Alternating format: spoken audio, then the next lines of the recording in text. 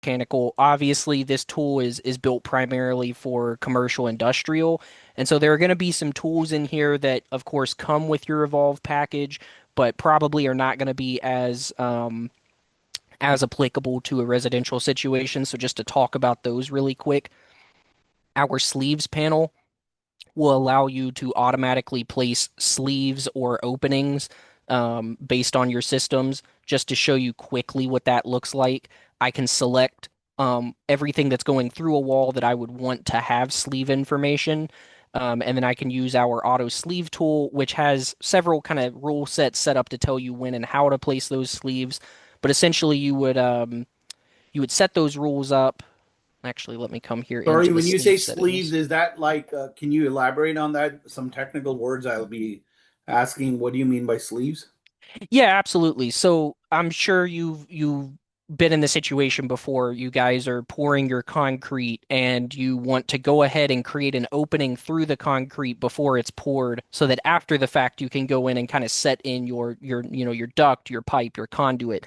Whatever it is, a sleeve is essentially just you're creating a pocket through a solid wall so that once that wall is assembled, you then have an opening that you can go back and fish your stuff through. So it's kind of pre-coordinated openings inside of your walls. Now, what happens in case of the wall that's already like a light gauge steel? We already have those openings and stuff like that. What happens in that situation? Gotcha. Yeah, so you could model your openings by hand, kind of, as you wanted to. This tool essentially just automatically does it. So you would set up those rules, and then you'll see here if I come in and based on the rules I've set up, I run my sleeve and box out setting, and you'll see here that what it did was threw in this rectangular opening for my duct work that is, the thickness of the wall, and then that duct is able to pass through that opening. Same with the sleeves, like you can see here what a pipe sleeve would look like. It's just going to be a larger opening that pipe can be fed through. To be honest with you, and that's what I was saying there at the beginning. This is one of those tools that I don't think is going to be as applicable to you, but just wanted to make sure you understood what this tool was. So just very plainly put, this is a tool you would use to model openings through walls, or it could be floors through your roof. Whatever that is, you can essentially take these models or take these sleeves, model them, and then they have, their property information. So how tall are they? How wide? How long? What elevation do they have off of the floor? And so again, more commercially structured with this tool, but just kind of wanted you to have a visual of what happens there with that. Same deal with our supports, which I won't really go too heavily into this because again, residential, I know this isn't something you're going to play with, but we do have functionality to place hangers. So whether that's like a clevis hanger or a unistrut, whatever it is, same deal. You're able to come in here, kind of set up some class rules for how and when you want hangers to place, and then you would just come here into your model and use this hanger tool button. It'll go through, look at the rules that you've set up.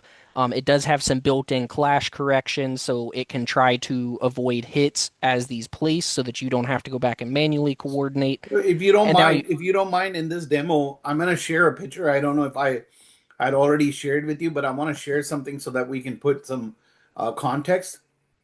yeah, Can I absolutely. share a quick picture with you so that it makes our life a lot more easier? So I'm just sending a request.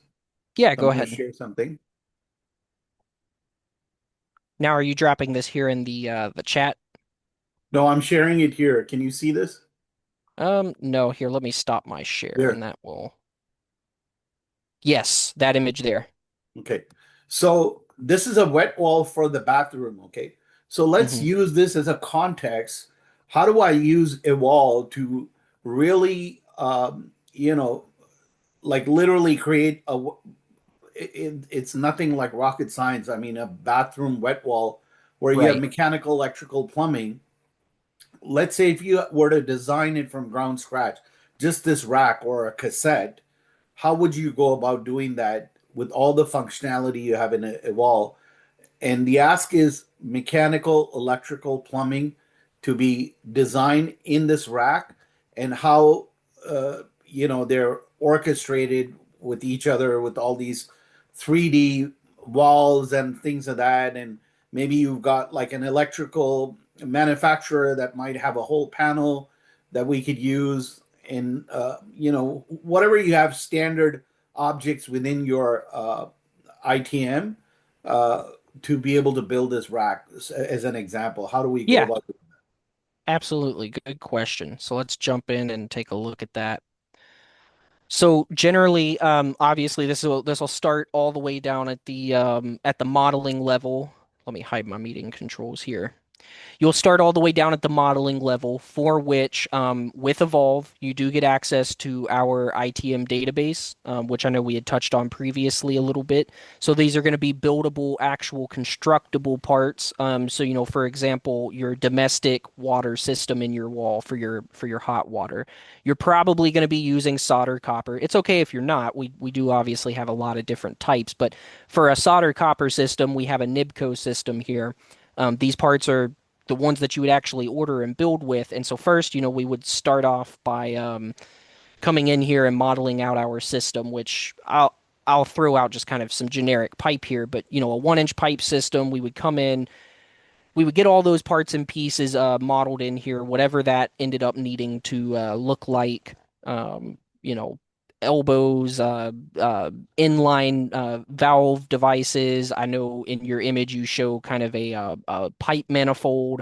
So you would go in, you would get all this information added, and then, let's just say right here, this little section of pipe, you want to maybe this is just a little section of pipe here, a part of that whole thing. And now you want to take this to the drawing process so that you guys can send this out and it can be built, like Lego blocks each time.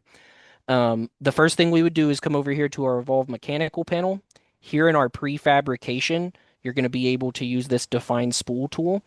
This essentially is going to let you break your content up. And actually, before I even show you that, let me come in here and do this as well. So I want to take this system and let me open up those parts again. And we're going to add in two different assemblies here, just so that you can see how this process works in bulk, as you kind of go along. And this is all random here. I'm just kind of giving you a random drawing here that's detailing this out. So work with me on it, obviously. But Yeah, um, I appreciate this step by step, like almost, yeah, I like the approach because build it like as though we're making Lego pieces. So it's mhm. repeatable. So next time when we get an order, we have this pipe as a sub-assembly and we're plugging and playing with that requirement to another client, basically. Yes, exactly. So, okay, let's take this section here, which we can break up into two parts, right? You've got this left half that meets here at this coupling, and then this right half after it. And that's what we're going to run off of here. So then we go here to our Evolve mechanical panel, and you're going to start off by naming your spool. It could be whatever you wanted to, but let's just say this is going to be hot water one. And we always want it to end in a number. That way, as you go and you're naming, each additional spool, it's going to go hot water one, hot water two, hot water three. Now, of course, you could come back and change that cold water, electric, ductwork, whatever you want it to be essentially. Then we'll come down here and we're going to select a template drawing block. We have some templates that come with Evolve, but you can take these templates and do whatever you want to them. So you can set them up exactly how you want them to look on the end.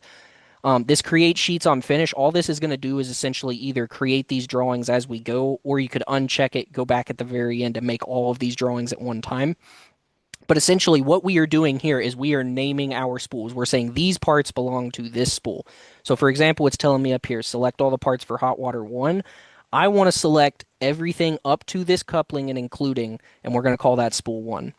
Then we're going to come in here and we're going to say, okay, the rest of this is spool two. So now we're going to Windows select all of that right there. We're going to say spool two. And you'll see it wants me to name three and four and so on and so on. But once you've named all of them, you can hit finish. So And my it's going to apologies. What's the thinking behind this spool one and spool two? Like, are you trying to divide it so we so can that it's plug and play? buildable.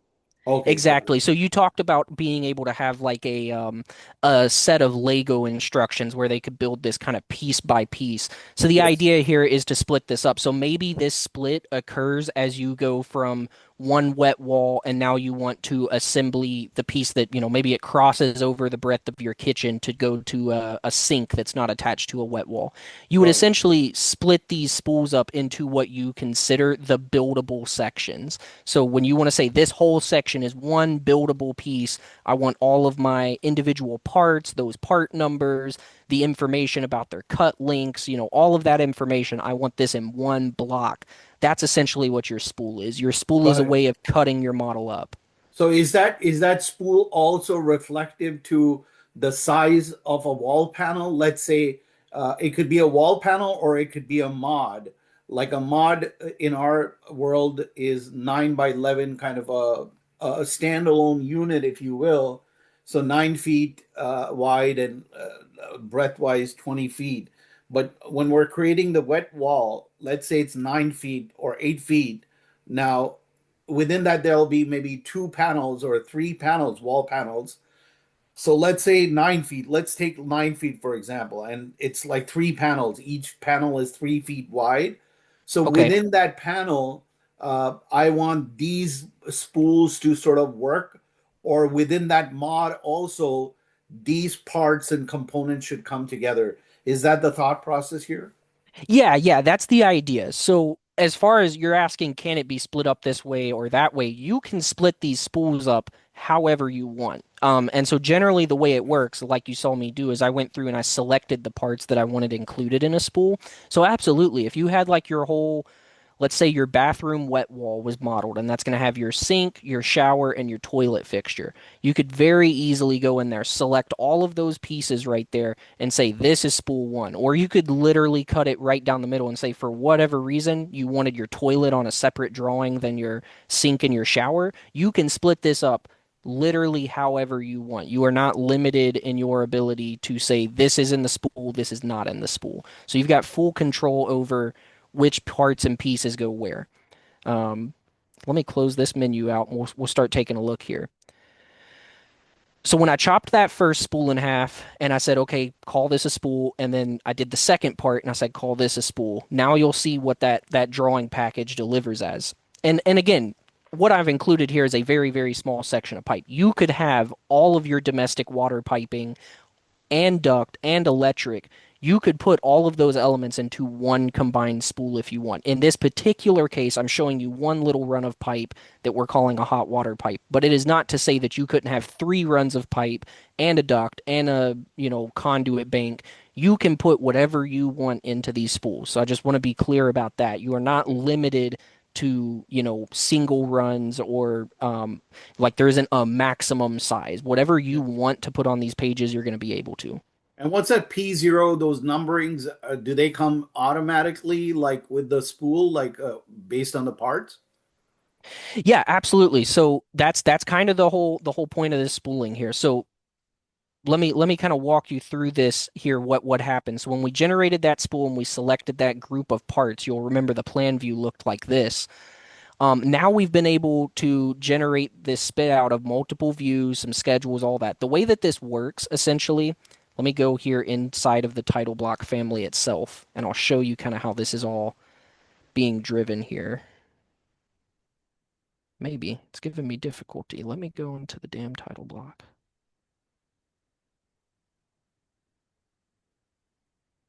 Edit family. Am I losing my mind? Oh, that's because it's over here. It did open it. Haha. Okay. So this is the actual family for the sheet itself. When you talk about the drawing, the physical piece of paper, this is the setup for it. Each of these little boxes here is a template viewport. And so, if I bounce back over here to one of the actual spools, you'll notice that there are four 3D views here, and then there are three more views in here, and there's a schedule right here. All of that is being driven off of the title block family itself. These are template viewports. And so when I click here onto one of them, for example, we have this viewport set up as a 3D orthographic view that has a 3D northwest orientation view. If I hop over here to this one, also a 3D view, but this is a northeast, and continuing southeast, So, southwest. so let's pause. Let's pause here, and this is what we love to do at Reboot Construction. Get into the engineering and think wear the hat of not only from a design engineering, but from a manufacturing perspective, right? So Hmm. I'm thinking of the views that you're showing me. Let's take it a little bit further step. Let's say we had a guy that's actually building this pipe with all the parts rather than just only giving them the different views. Can we take this into a augmented virtual reality or a Trimble, like a HoloLens, where he can see more closely the diameter or the length and all those things in one place, basically? Yeah. So, yeah, let me answer that question with in a couple different ways. So first, I want to point out that with these right here, when you go back to the final end product, um, what you have on your page actually is exactly that. So you asked about all these number tags that got applied, and I want to start there to say, yes, you have full control over the way these get tagged. So if you don't want all this P and liters and numbers on the end, you could literally go through and say part one, part two, part three, part four, and you can make it that simple. There is a tool that lets you control all of that setup. So you have full control over the way that these parts get renumbered. And what you'll notice is that once these parts are renumbered, also on this page is a bill of materials or a schedule here that associates. So if I go find this P0001F, I know that's a fitting because it's got that pre or suffix F on it, but I could go find that out here in the plan. There it is right there. That's a fitting. Well, then we come back here and we say, okay, what kind of fitting? Well, it's a NIBCO, and there's your catalog number, a number 607 part Now, from how NIBCO. does this fitting? How did this is so interesting. If you can expand on that, and let's stay with that. How did this fitting sort of did it self organize, or I, as a plumber, had to kind of put this fitting? Do you offer something like a ground scratch? Because I would imagine it's a lot of work for an individual to literally draw and then do the bill of material and the part and all that stuff. How is that happening, basically? Yeah, no, really good question. And that's really honestly the heart of what Evolve is meant to do here. So first off, it starts at the part. And so like I had showed you there in the beginning, we are using fabrication ITM parts right here from our database. Doesn't matter if you use those. Now, let me come back here to the drawing. I know your model is done in Revit, native Revit pipe parts or duct parts or conduit parts. That's okay. This tool works with more than ITM. So even using like the house file you sent over, you could go through and spool exactly as you have it. The way that this information pools, let me show you that. So it depends on how your part is built out, what information you have in there. So because our ITMs are set up to be buildable, you can see that if I come over here and I show you that table again, we've got this set up as plumbing, domestic water, My domestic hot apologies. When water. you say ITM, is that like a database of all the parts and bill of That is material? Is that correct. okay? Got it. And Yeah, all the so manufacturer details. natively inside of Revit, and I already know from having looked at your file that you model with Revit parts. When you come in here and you say PI as a keyboard shortcut, that's going to let you start drawing this new Revit pipe right here. And so you can see this is just some default, and this is how your stuff probably looks, is like a lot of this pipe right here. The difference, and I keep saying ITM, what does that mean? Any Revit families that you generate from inside of Revit, you can model these out. These are called RFA parts. It's a .rfa file type. It is a native Revit family part. ITMs are a .itm file. The difference between the two of these and where that comes from, ITMs are kind of an ancient piece. So these came from CAD before Revit was a thing. These were the building blocks people used inside of AutoCAD to do the same type of system modeling. So these essentially are the AutoCAD equivalent of a Revit family part, and you're able to bring these into Revit. Now, why? Why did that ever even? And we're really going kind of into some history here, but just to give you a why you would even use ITMs over RFA content.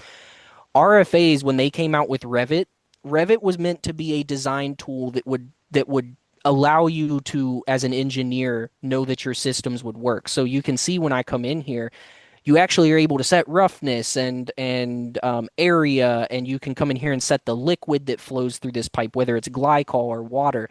And this was all done so that on the back end, engineers could do their flow calculations and everything else.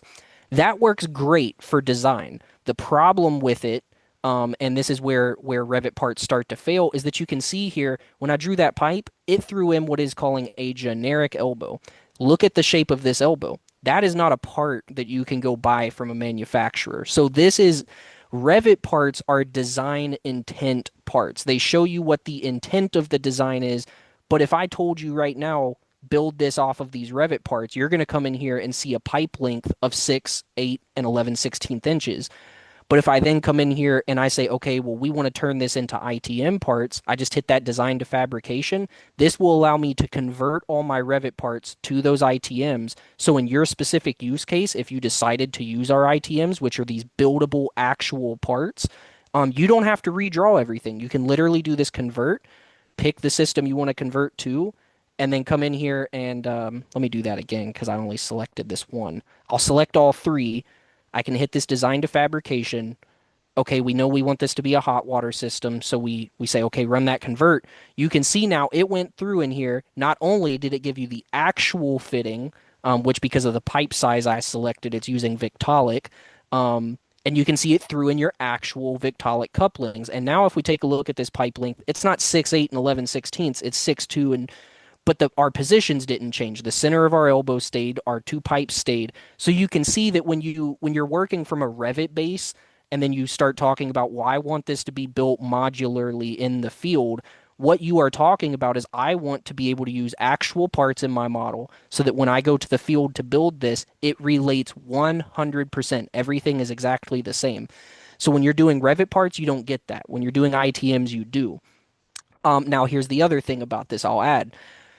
There is no like default ITM family folder where you're going to open up Revit and be able to go just pull some default. These have to be built or they have to be bought. And to get database management is a very expensive thing because, I mean, I think I told you between all of our systems here, we've got over 75,000 individual little pieces that you can bring out here and build, excuse me, that you can bring out here and build in your model.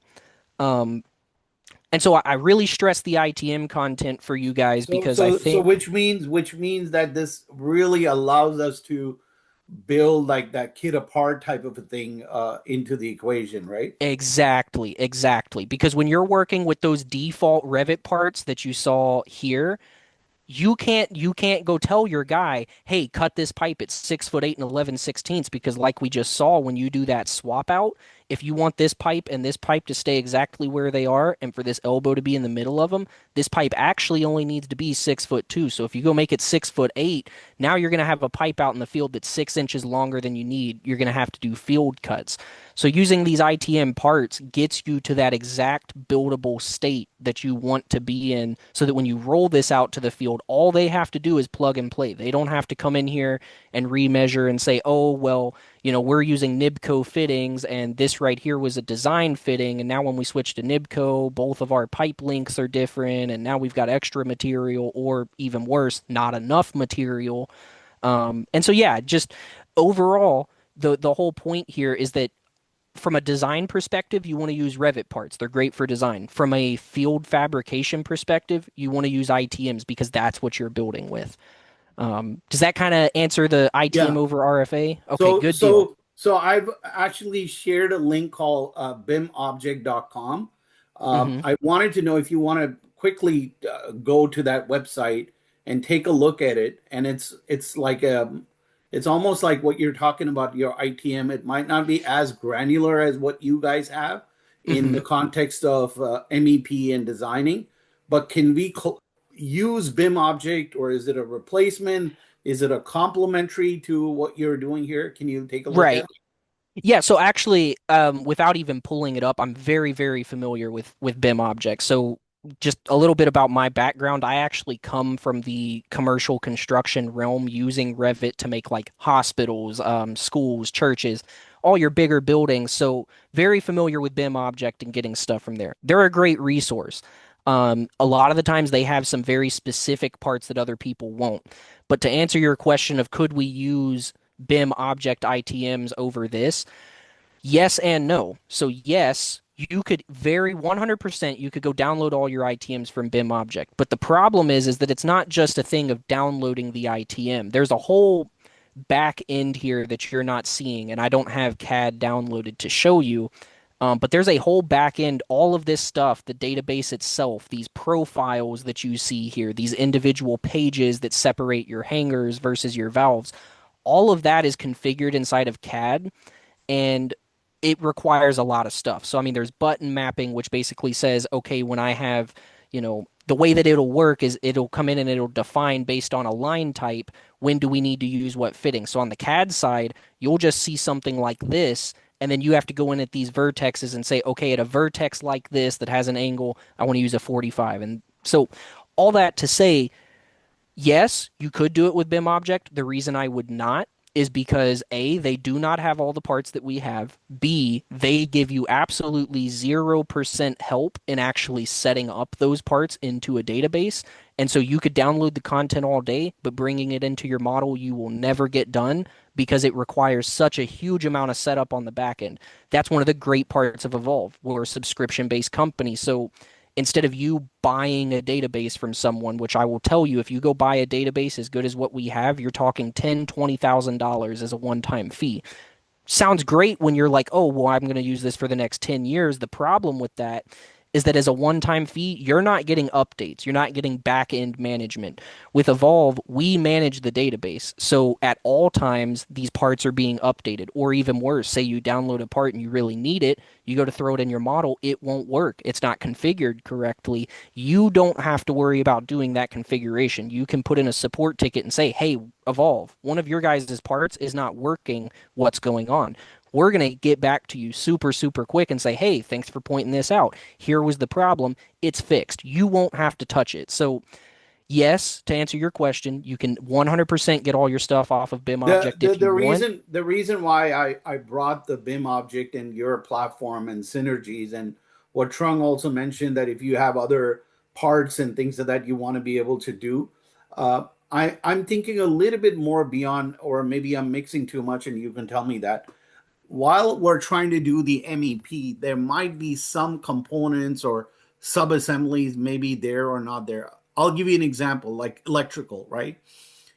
Maybe I don't need to go so granular on the electrical side and get all the piece of the puzzle. There might be an off-the-shelf panel like Livion or something like that Right. Yes. manages the whole orchestration of my electricity. So I don't need to build it from ground scratch. I Right. You understand we're just want to talking, take that part and add yeah, it take in. that whole component, or like a bigger, in this context I would call this all these pipe ducts, and it's a component, but that's an assembly. That's a whole Right. electrical panel that I can drag and drop. And maybe from that panel there might be other components that I need to integrate for it to work, where your software can come into play.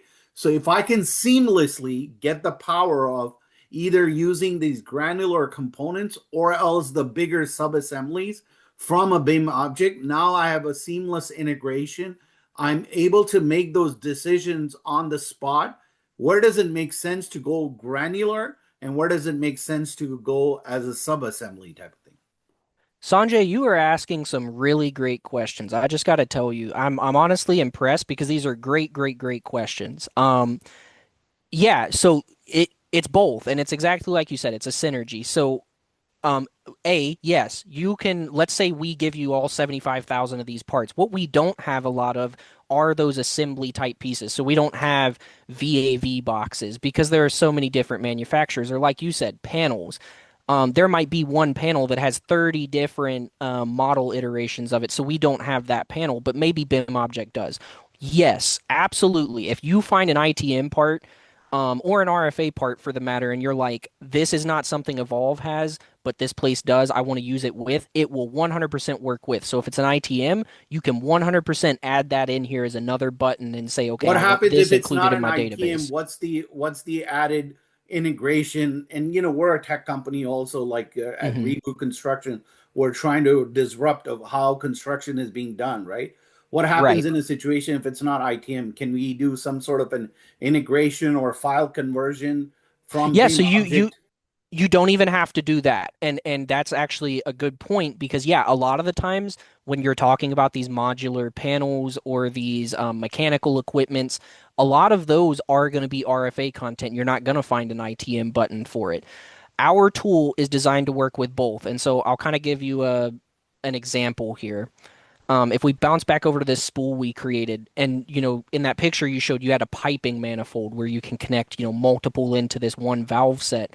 Those manifolds may only be in RFA content. You can't find an ITM. You 100% can come in and drop that right in line with this, and this thing will pick up both ITM and RFA. And that's the beauty of it. It's designed to work with what you actually build. And since what you actually build sometimes is going to include both ITM and RFA, this will work with both.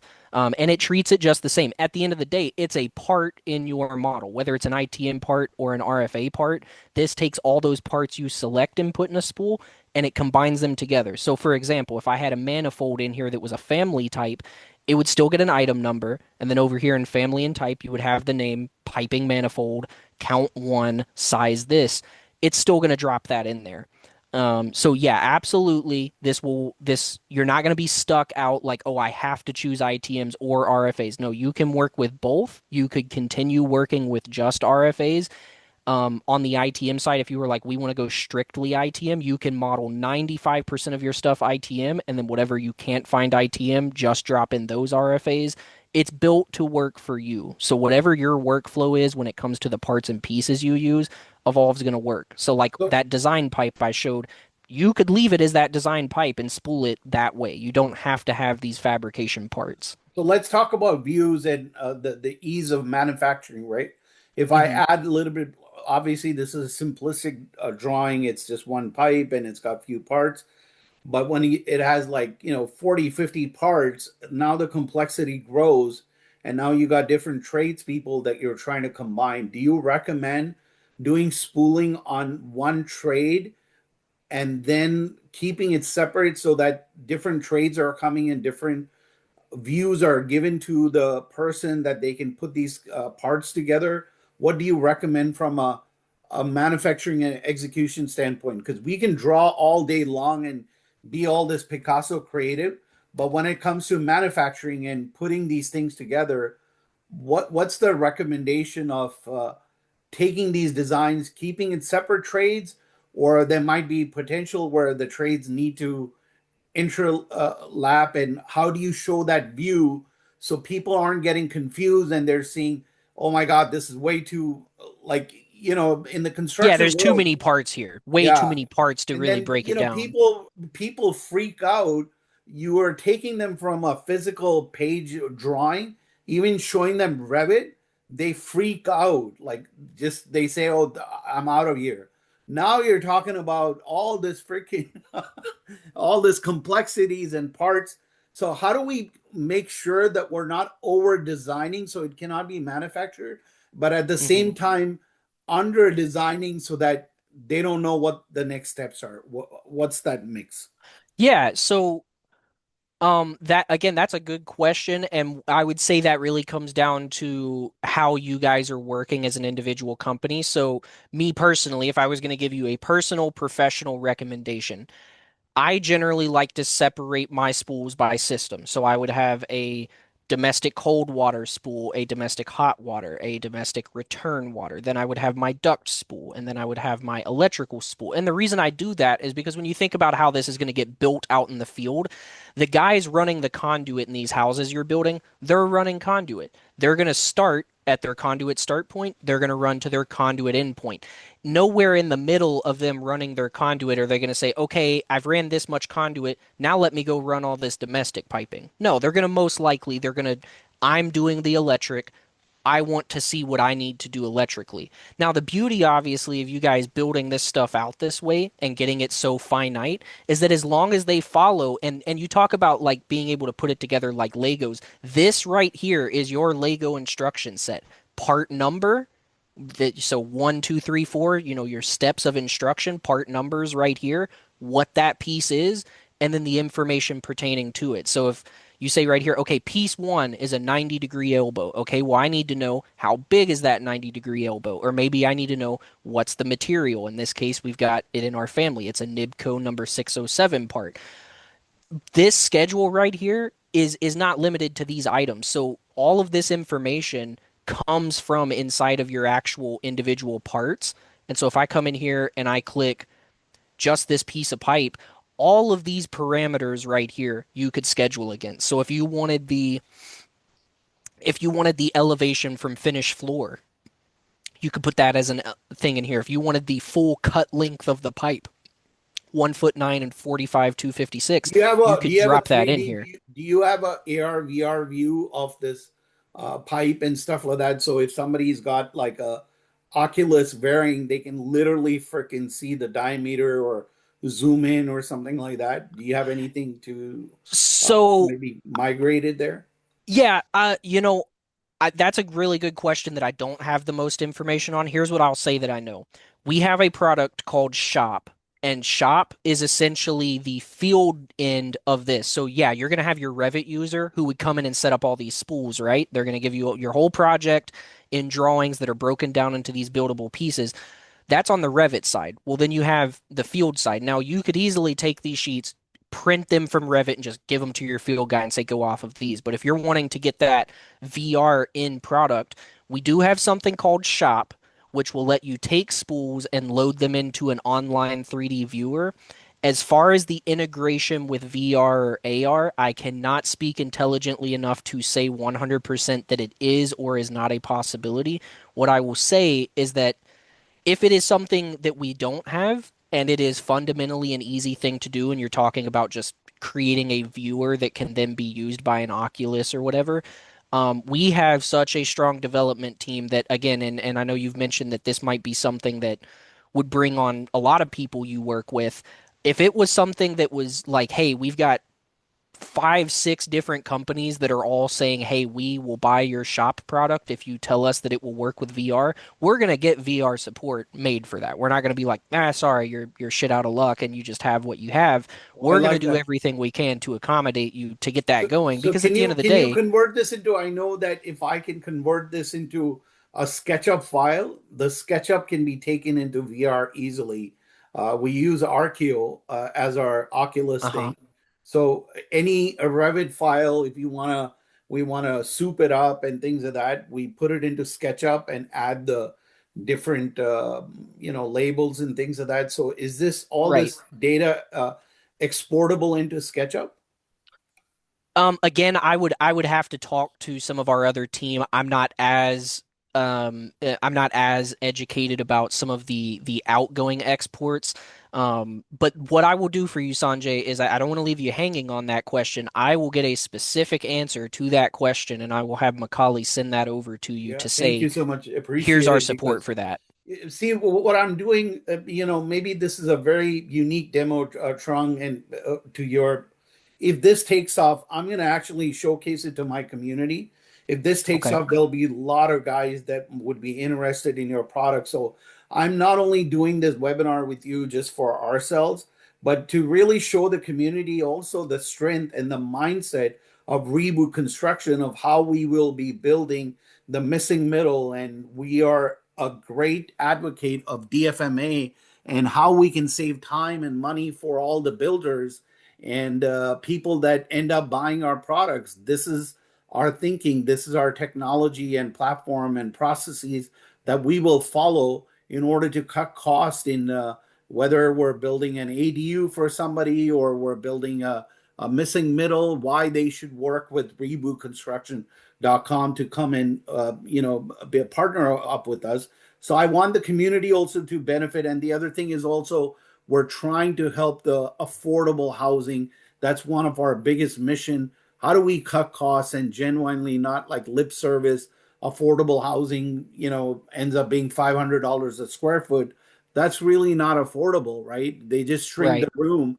But we genuinely want to save costs by doing the 70% design and thinking upfront or 80% thinking up front and 20% execution. And that's why my questions are coming from there. How do we make it not just an R&D lab, but from a manufacturing, make it easy for our day-to-day tradespeople where they're not getting overwhelmed by technology. We're bringing that last mile and translating the language in their own world and simplifying it, like you give a kid to create a Lego piece and then repeat those things. And that's the only way we're going to do affordable housing, basically. No, I understand that entirely, and I commend you in your effort to make it more affordable. I'll say that much.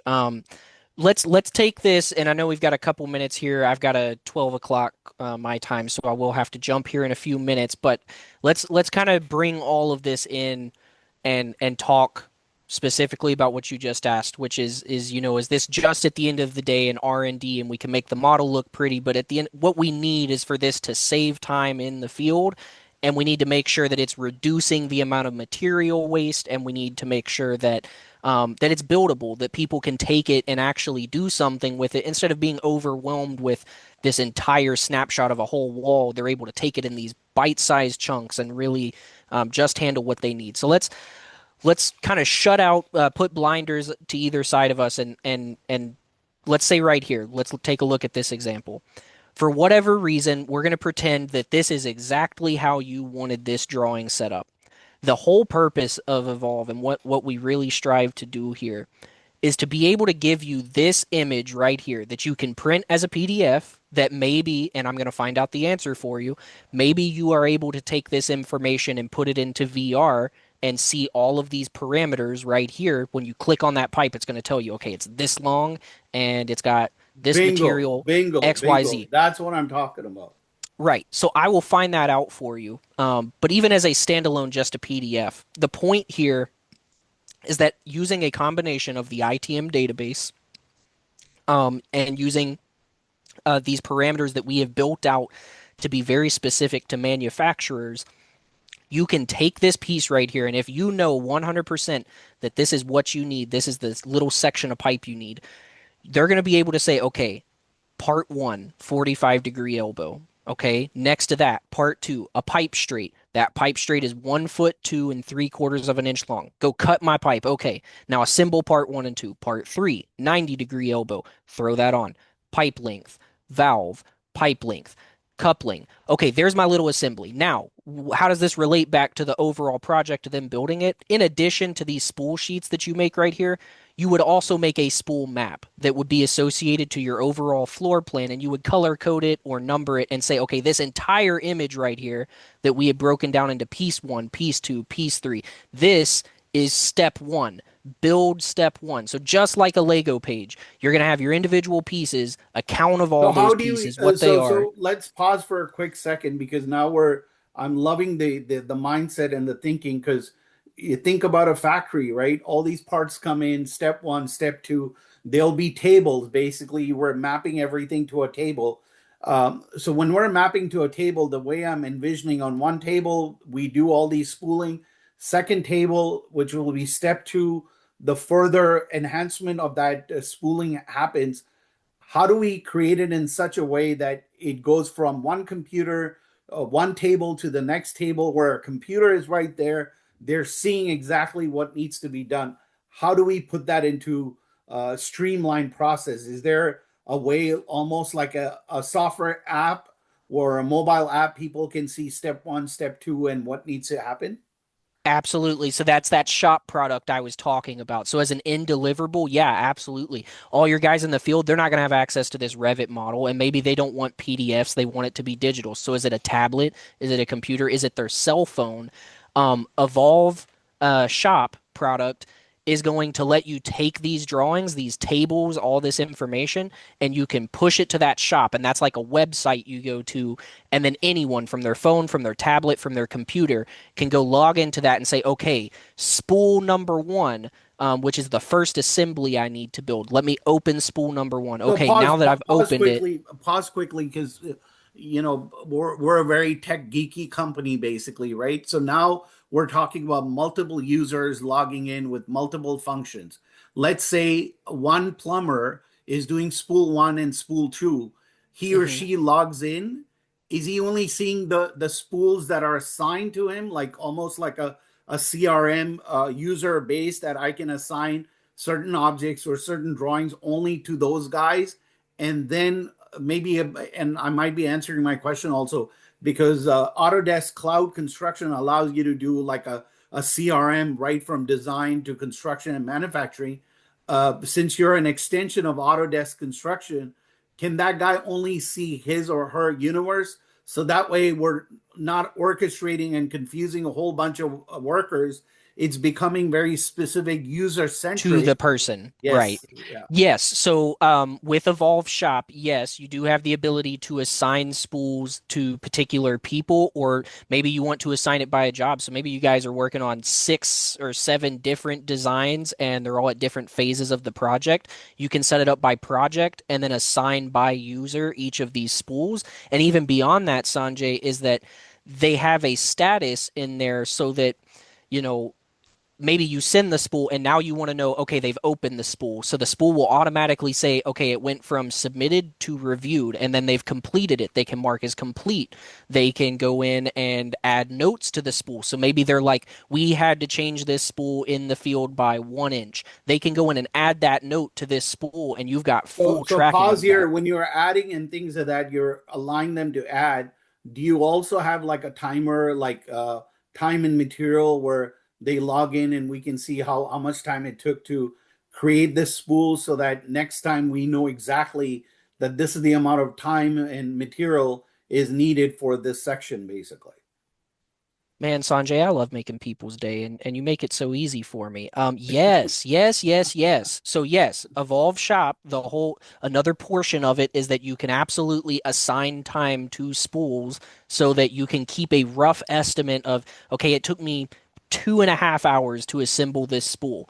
And even beyond that, you have the ability for multiple people to enter time. So maybe multiple guys had to work on the spool, and so you don't want to just run a timer that says this spool took 2 hours to complete. You want to know that each guy spent an hour on it. So, yes, Shop will let you do that. Now, that is a separate product from Evolve Mechanical, but it does go hand in hand. And I'm sure Macaulay can give you some info on there. But yeah, yeah, that's essentially it there. So, I want to say I do got to get ready to hop. Um, Macaulay, I'm sure, is going to stay on with you for a couple minutes to talk about setting up that next demo. Mhm. Um, Macaulay, can you make sure that he has my email so that if in the interim between this demo and next, if he has any questions that he would like me to be prepared to answer in that demo, Sanjay, I want you to be able to send those to me and communicate with me in the meantime. Yeah. Um, So Yeah, we'll yeah. do that for next steps. I do need to jump to here in a minute. So Sanjay, for next steps, let's do that. And after today's demo, do you feel like Evolve Mechanical is the answer for you? Yes, it is. I want to get down to all our, I want to get a buy-in from all our technical, all different trades. Okay. So this was a great start.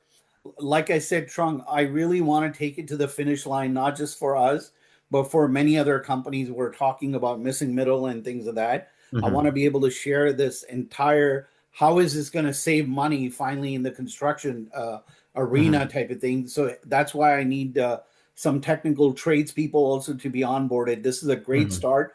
I'm going to Hmm. go and share this demo. If I don't have it after this call, send me the link so I can download it for sure. Yep, I got you. And leave the next meeting time to me, because I need to gather the right experts with all the Hmm. right questions.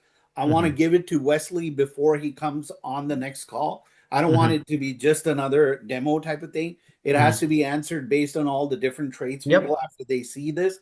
So it will yep. take me about a couple of weeks.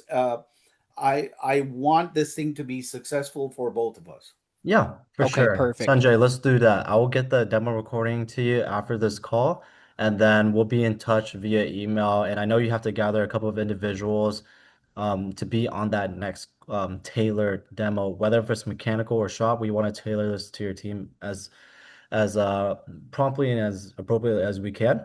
So after this call, we'll get all the information over to you. And I think Wesley talked about the database that, yeah, I sent that over to you last week, but I'll include that in the email as well.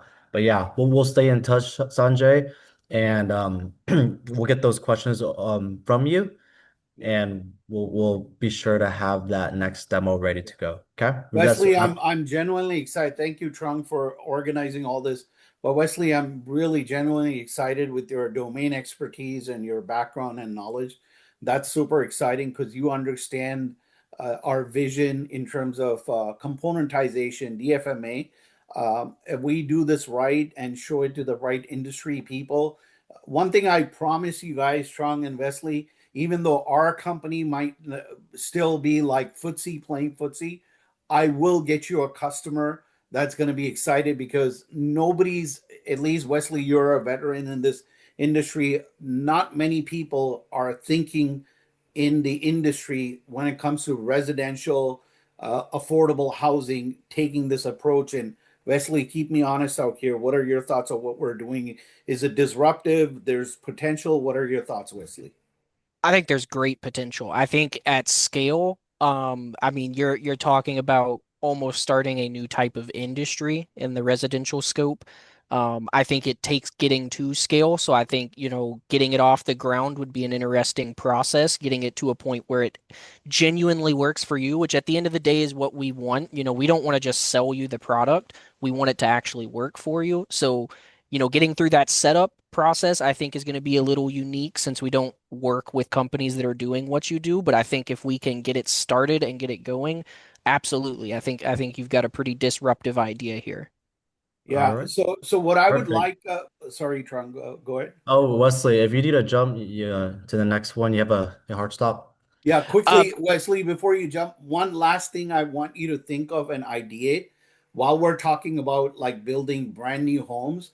Can you come up with some ideas of conversions? Like, say somebody's got a single family, now they want to either convert it into a duplex or triplex, or maybe add one more unit, but really in the conversion context, like you want to convert a garage, if you will, right? So there we send our racks of the MEP racks with your design, but come up with some creative thoughts of how can we take your design idea and send that CPU and convert their single family to duplex and triplex. That's a massive, massive opportunity, at least in Toronto, in Ontario, and also lots of other parts, to convert it from the single family to triplex, basically. Mhm.